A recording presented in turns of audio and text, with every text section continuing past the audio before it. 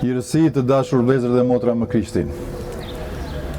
Prej 4 ditësh, së bashku me një grup të rinj dhe të rejash, bashkë me disa bi dhe bija të kishës Shëngjergjit në Boston dhe të kishës shqiptare në Amerikë, në shoqërinë e Atë Nikolës, klerik që shërben në kishën e Shën Pjetrit dhe Shën Pavlit në Filadelfia, ndodhemi në 2 prej manastireve më të rëndësishme të kësaj mitropolie, në manastirin e Fjetës së Shënmërisë në Boboshtic dhe në manastirin e Shën Joan Prodromit në Voskopoj.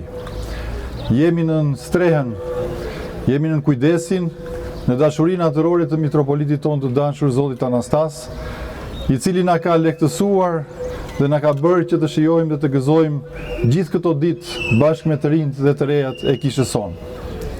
Në fakt, kjo ditë është një ditë shumë e veçantë dhe kjo kishë për mua ka një rëndësi shumë të veçantë. Për herë të parë e desh Zoti dhe Shën Maria e bekuar emrin e cilin mban kjo kishë dhe Shën e Premtja gjithashtu, që unë të isha pjesë atë kur u bë për herë të parë shërbesa këtu në 2 shkurt të vitit 1991. Atëherë isha një fëmijë, disa shokë dhe shoqet tona të cilat ishin ortodokse, të cilët ishin, sepse këtu ishte ndjerë që më përpara rënja e sistemit asaj kohe, sistemit komunist, dhe ata kishin filluar të vinin në përkisha, të flisnin për besimin, për klerik, dhe pikërisht erdëm këtu në atë ditë, dhe mbaj mend që ishte një ditë shumë e ftohtë, por kujtoj që ky shesh ishte i mbushur plot e për plot. Për herë të parë në jetën time pash një klerik që kryente një shërbes, për herë të parë pash dhe u njoha pikërisht me besimin ortodoks. Gjatë tyre ditëve desh Zoti gjithashtu që ne të marrim pjesë në këto kremtime të mëdha të kishës sonë. E nisëm udhëtimin tonë shpirtëror, e nisëm pikërisht me festën e Shën Kristinës që festuam në datën 24, dje ishim bashkë me mitropolitin tonë të dashur, Kirësinë e tij Zotin Anastas, ishim në kishën e Shënanës, në një kremtim panagjirik, dhe desh Zoti sërish e sot ishim këtu në këtë kishë të bekuar, në këtë kishë të shenjtë të mbledhur në të kremten e një prej martirëve dhe dëshmorëve të mëdha të kishës sonë, të Shën Parashevis apo Shën e Premtes. Duke lexuar me nxitim dje në darkë tek sapo lexoja pak jetën e saj, vura re disa veçori dhe karakteristika të kësaj shenjtore që doja t'i ndaja sot me ju. Në fakt janë të shumta veçoritë që e portretizojnë e karakterizojnë këtë shenjtore, por le të ndalemi te 3 prej tyre. Gjëja e parë që më ra në sy ishte pikërisht besimi.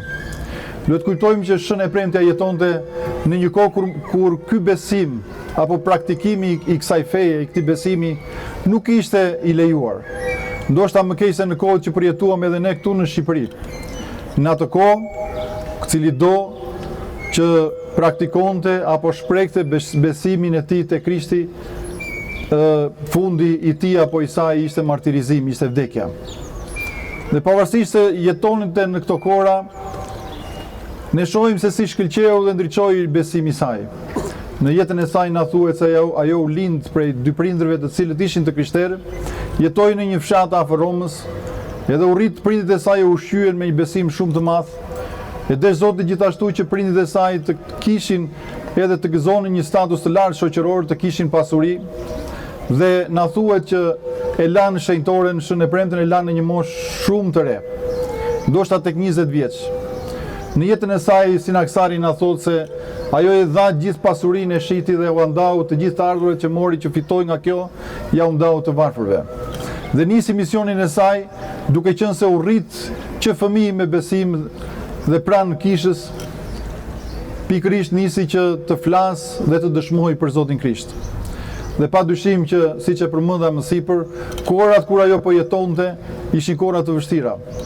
Dhe Zoti deshi që ajo të martirizohej pikërisht për shkak të besimit të saj. Një tjetër veçori e kësaj shenjtore që më ra në sy dje teksa po e lexoja jetën e saj, ishte pikërisht kurajo dhe guximi i kësaj vajze të re. Një guxim dhe trimëri që na mahnit edhe ne sot kur e lexojmë. Shpeshherë kur lexojmë jetën e shenjtorëve apo kur i dëgjojmë ato nëpërmjet radios çdo ditë në mëngjes, shohim edhe disa gjëra shpeshherë na duken si të pamundura. Ose ndoshta themi se autori që i ka shkruar këto pikërisht i ka shkruar për ta bërë pak më të duke u futur më thellë edhe duke shprehur më qartë besimin dhe duke na shkruar dhe gjëra të cilat ndoshta nuk edhe qëndrojnë. Por në fakt askush nuk ka shtuar asgjë në jetën e këtyre shenjtorëve të martirëve, më tepër se sa ata jetuan dhe përjetuan. Dhe kurajo e saj u du kurajo përballë pikërisht me persekutorët, të atyre njerëzve që në zemër dhe në shpirtin e tyre ishin të mbushur me urrëtie. Një urrëtie kaq e madhe sa që dhe torturat që ata bënin dhe shpiknin pikërisht për t'i dëmtuar, për t'i denigruar dhe për t'i ulur të krishterët, për t'i fyer ata ishin nga më të tmerrshmet. Pavarësisht këtyre, shënepremtja nuk hoqi dorë nga besimi i saj. E kur i lexojmë këto, shikojmë sot kohën që ne po jetojmë, shohim besimin ton, shohim guximin ton, shohim trimërinë ton. Dhe ndonjëherë mendojmë që pse kisha na i sjell vit pas viti jetët e këtyre shenjtorëve. Pse ne festojmë çdo datë 26 korrik, festojmë shën e premten. Por pikërisht kisha e shenjtë urtësinë e saj na i sjell përpara nesh për të na kujtuar dhe për të përfituar dhe për të pasur ato si modele në jetën tonë. Dhe sot në këtë kohë që ne jetojmë, në këto kohëra paqeje, shikojmë që besimi sa vjen edhe zbehet. Shikojmë që njerëzit nuk kanë më atë dëshirë të madhe që të shprehin dhe të shpallin besimin e tyre. Duan të kenë një besim të tyre personal, të lidhur vetëm me veten e tyre. Dhe nuk mendojnë që ky besim nuk duhet të mbajmë vetëm për veten tonë, por duhet ta përhapim dhe ta përçojmë tek të tjerët. Nuk duam që të tjerët të dëgjojnë dhe të dinë që ne jemi të krishterë. Nuk duam që të shfaqim bindjet tona, besimin ton, pikërisht kur duhet që t'i shfaqim. Dhe ndoshta ndonjëherë vërejmë, ndonjëherë edhe ndoshta ky konstatim është i drejtë, se pikërisht të krishterët që jetojnë sot janë fshehur në përdhomat e tyre. Padyshim që Zoti na mësoi që ne kur lutemi të futemi në dhomën tonë. Padyshim që Zoti na mësoi që kur të japim lëmoshën të mos e dihet djatha çfarë jep e majta. Por kjo nuk do të thotë që ne të mos e shpallim dhe të mos dëshmojmë për besimin tonë. Aq më tepër në këtë kohë që ne po jetojmë, kur të gjithë kanë lënë ato dhomat e fshehura dhe kanë dalë hapur. Para disa ditësh ne pam në Tiranë në bulevardin që të dalin njerëz që përfaqësojnë dhe antivlera dhe pikërisht i shpallin ato duke na i treguar në të tjerëve, duke na i sjell ato si vlera.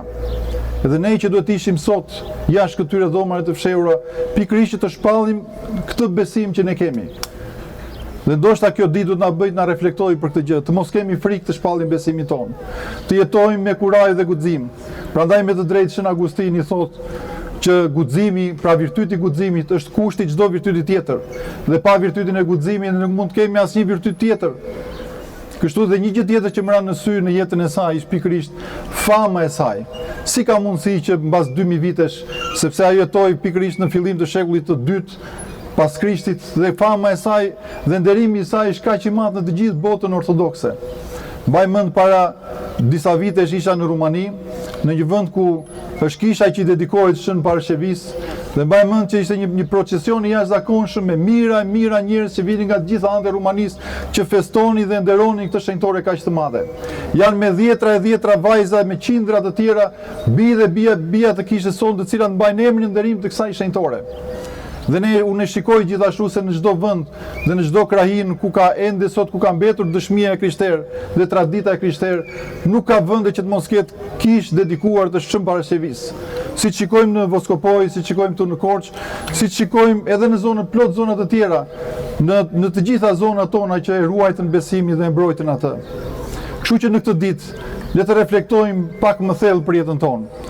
Le të përpiqemi që të ecim dhe të ndjekim shembullin e kësaj shenjtore të madhe, e kësaj vajze të re që na tregoi një mënyrë të jetuarit e cila është e denjë për një jetë të krishterë, ashtu siç Zoti ynë Jezu Krisht donte, ashtu siç ai tha, kushdo që më pohon përpara njerëzve, unë do ta pohoj përpara Atit tim qellor, dhe kush do të më mohojë përpara njerëzve, do ta mohoj atë përpara ëngjëjve dhe Atit tim qellor. Le të përpiqemi që të dëshmojmë besimin ton çdo ditë jetës sonë, me anë të veprave tona, me anë të fjalës sonë dhe me anë të jetës sonë. Ti lutemi shenjtore që të ndërmjetojë përpara Zotit tonë Jezu Krisht, që të na ndihmojë në jetën tonë shpirtërore, të na mbush me kurajë dhe me besim çdo ditë të jetës sonë. Amin.